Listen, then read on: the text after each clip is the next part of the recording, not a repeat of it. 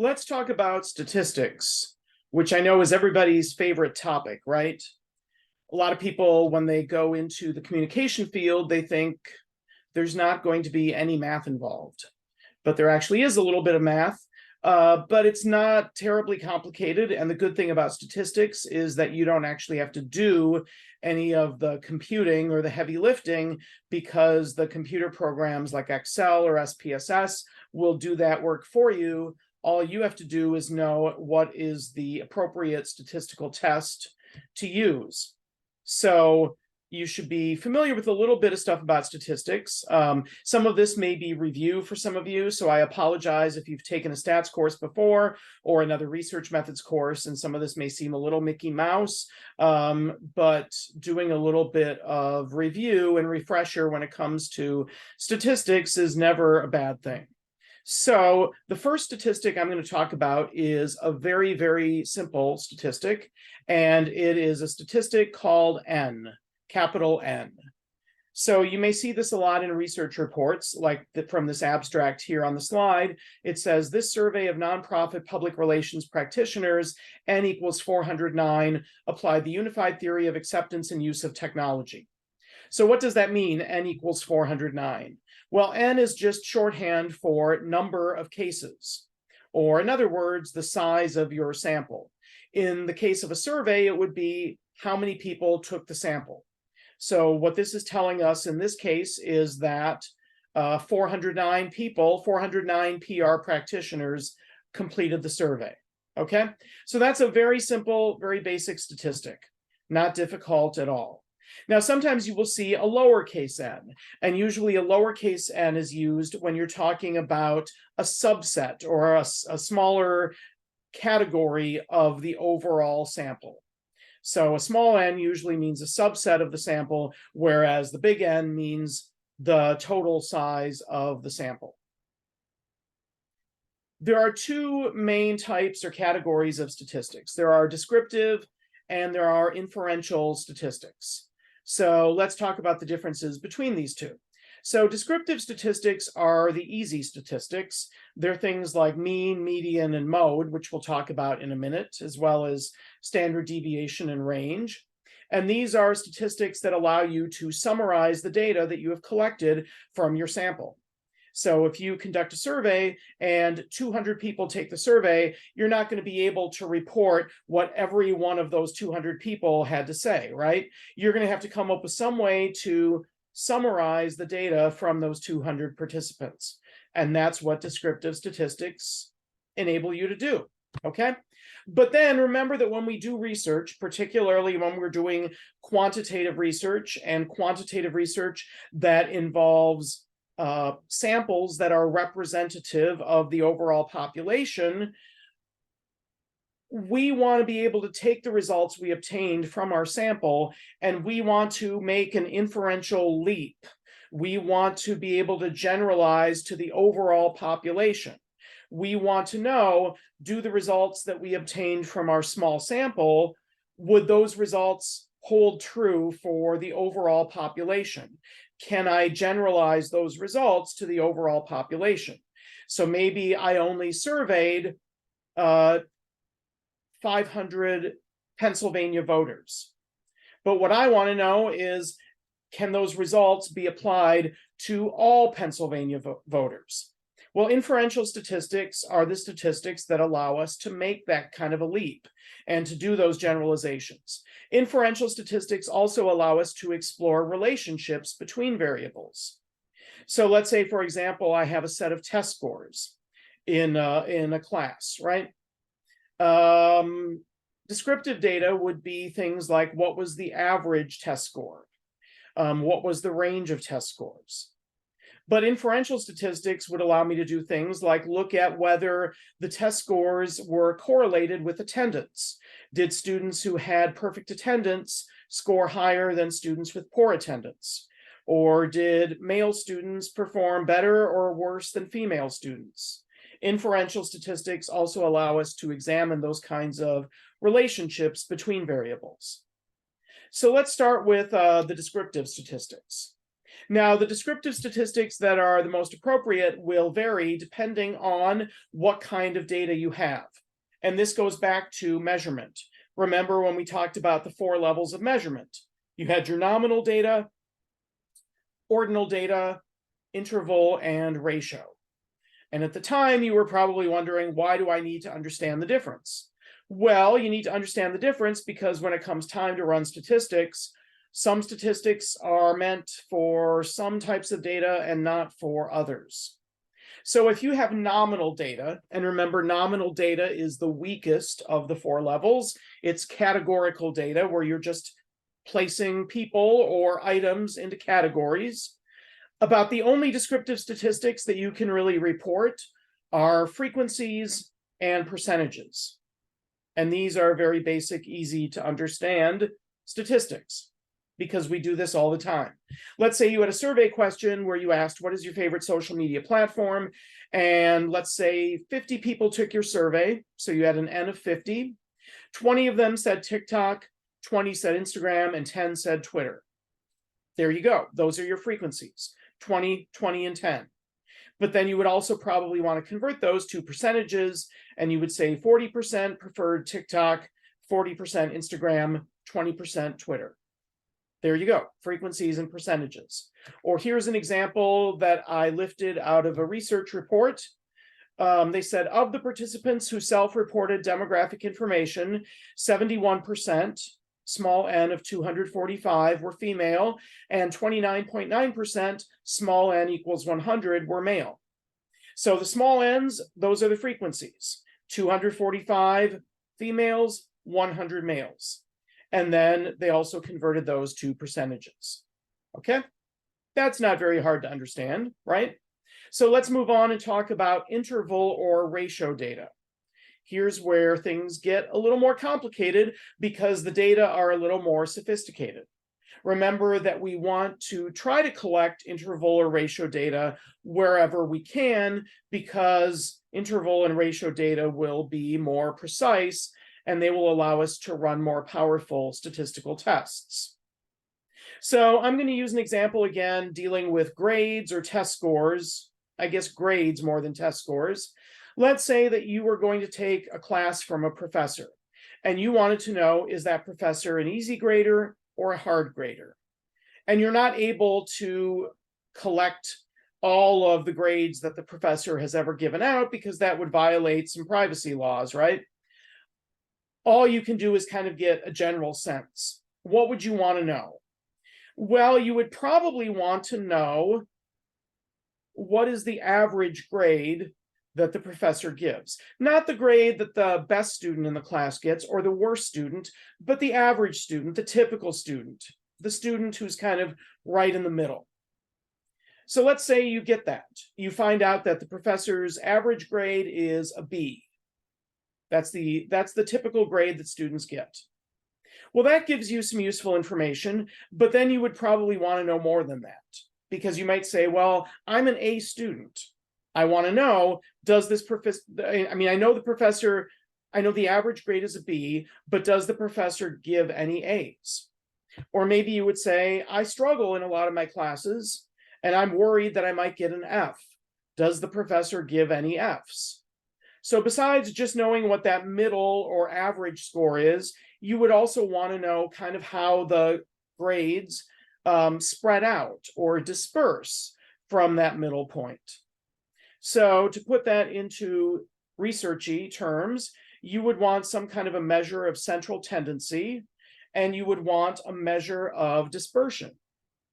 So the 3 common measures of central tendency are mean, median, and mode. They all start with M. You've probably learned about those before. And the 2 common measures of dispersion are range and standard deviation. And when it comes to research studies, the measure of central tendency that is reported most often is the mean, and the measure of dispersion that is reported the most often is the standard deviation. So you will often see in research for all of their interval or ratio variables, they will give a mean and they will also give a standard deviation. So let's talk about what each of these tests actually involves. And remember, you don't need to compute them. You just need to understand what they are, and a computer program would always do the heavy lifting for you. So let's start with mean, which is the most commonly reported measure of central tendency, and it is abbreviated with a capital M. You probably already know how to calculate the mean. The mean is simply the average, and we get the average by adding up all of the values and then dividing by n, dividing by our sample size, dividing by the number of cases. So let's say you see here on the slide, you have 4 numbers, just to make it nice and easy, 10, 20, 60, 310.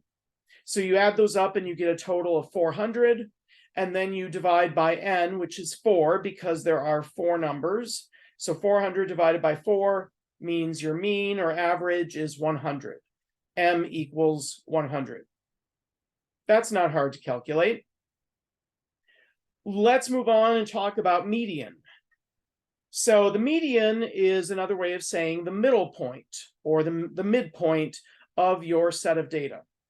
Now, in order to find that middle point, you need to take your numbers and rearrange them. You need to arrange them from smallest to largest. In this case, from 0 on one end to 100 on the other. Once you have them arranged in order, then whatever number is right smack dab in the middle, that's your median. So in this case, the median would obviously be 85, because there's 2 values that are less than 85, 2 values that are greater than 85. Now, it gets a little bit trickier if n is an even number. If you have an even number of data points, like this example here, 50, 60, 80, 95. Now here there is no number that is smack dab in the middle, so what do? Well, you take the 2 middle values and average them, and that average would be your median. So in this case, the 2 middle values are 60 and 80. You average them and you get a median of 70. Median is abbreviated MDN. Now, it is not typically reported in research, except in some situations. There are some situations where it makes more sense to report the median than it does the mean. And those would be situations where your set of data has what we call outliers or extreme values. And those extreme values skew your data so that the data are no longer normally distributed. And we'll talk about normal distribution in just a minute. So let's assume that the 5 numbers you see on the slide are test scores. 100%, 100%, 90%, 90%, 0. So it looks like, 4 students did really well on the exam, and the 5th student probably didn't show up to take it. Now, if I were going to calculate the mean of those 5 scores, I would add them up, and I think I would get a total of 380, and I would divide by 5, and I would get a mean of 76. Now, imagine if that was the only thing you knew about these test scores. You asked someone, what was the average score in the class? And they said, well, the mean was 76. What would you think? Well, you would probably think that it was a fairly difficult exam, right? If the average score was in the 70s, that suggests, that it was a pretty difficult exam. But that doesn't really seem to tell the story of this data very well, does it? Because the truth is that 4 out of the 5 students aced the exam, and the 5th student probably just didn't show up to take it. So that mean of 76 is not as meaningful as it would normally be. What about the median?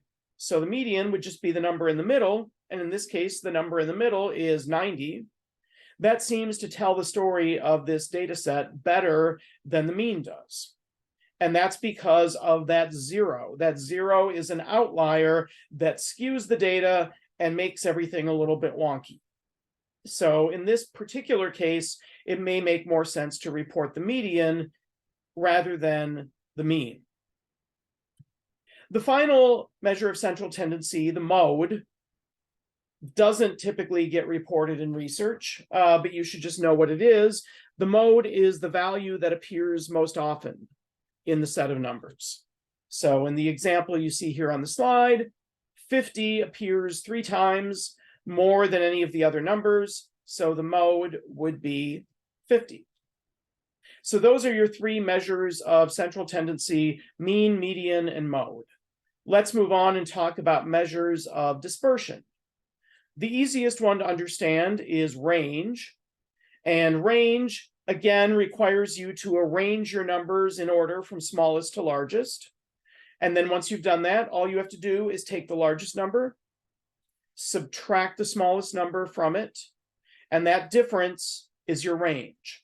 So in this example, the highest number is 100, the lowest is 30. 100 minus 30 equals 70. The range is 70. So that's very simple. Unfortunately, it is not the measure of dispersion that is usually reported. Instead, researchers tend to report what is called the standard deviation, which is abbreviated SD. Now, this is a little bit harder to describe, but in layman's terms, it is the degree to which values deviate from the mean. So look at those two sets of numbers on the slide: 45, 50, 55. That's the first set, and then 0, 50, 100, that's the second set. Both of those sets have the same mean, 50. I could even go a step further and say they both have the same median, 50. But they're not identical, are they? They're actually very different, because in the first set of numbers, 45, 50, 55, the numbers cluster together, right? All of the numbers are very close to the mean. In the second set, the numbers are much more spread out. So the second set of numbers would have a much higher standard deviation than the first set of numbers. This whole concept of standard deviation relates to what we call the normal distribution. And the normal distribution is something that you could plot on a graph if you plotted out the frequency of all of the different values. And we know that a lot of sets of data tend to form this pattern or this shape that looks an awful lot like a bell. So we call it a bell curve. You've probably heard that term used before. And in a bell curve shape, what happens is the numbers tend to cluster towards the middle. There's a lot of numbers in the middle, and then as you move outward to the two ends, the two extremes, there are fewer and fewer values. So to think of this as if we were thinking of test scores, a bell curve would be a situation where lots and lots of students get C's in the middle. And then, a fair number get B's or D's, and then very few A's and very few F's. Lots of scores towards the middle, not so many scores on both ends. That is a normal distribution. And a lot of statistical tests assume that you have normally distributed data. If you don't, you have to use alternative tests instead. So to just kind of hone in on this in a little more detail, looking at our bell curve here, in a true bell curve shape, the mean would fall right smack dab in the middle, okay? Then as we spread out from the mean, in a normal distribution, we know that 68% of the values would fall within plus or minus 1 standard deviation of the mean. So roughly 2/3 of the test scores would fall within plus or minus 1 standard deviation. Then if we spread out a little further, 95% of the values or test scores would fall within plus or minus 2 standard deviations of the mean. And then, of course, the remaining 5% would be more than 2 standard deviations away from the mean. So you don't need to know all of the fine details about standard deviation. You just need to generally understand how it relates to this normal distribution, and that it has to do with how the data disperse from the mean. So when it comes time to report the results of research, when you're reporting descriptive statistics for interval or ratio data, we generally report the mean, that would be your central tendency, and the standard deviation, and that would be your dispersion. So for example, you might see a sentence that says, survey results revealed that students spend more hours per week on Instagram, M equals 7.14, SD equals 1.23. Then on Facebook, M equals 5.26, SD equals 1.07. So what does that mean? What is that telling us? Well, it's telling us that the students spent an average of 7.14 hours per week on Instagram and an average of 5.26 hours per week on Facebook. And then the standard deviation is also reported for the real geeky, wonky types who want to know a little bit more about how the data were distributed. Here's an example that I lifted from a research article. They said a series of independent sample t-tests, that's the inferential statistic they ran, with each AUT factor comparing males and females was performed. 3 factors yielded statistically significant differences based on gender. In factor 1, performance expectancy and attitudes, females scored higher than males. And you'll notice they report the mean and the standard deviation for both females and males, and then they do the same for the other factors as well. So mean and standard deviation are the ones that are reported most frequently, but you should also understand what the other descriptive statistics are as well.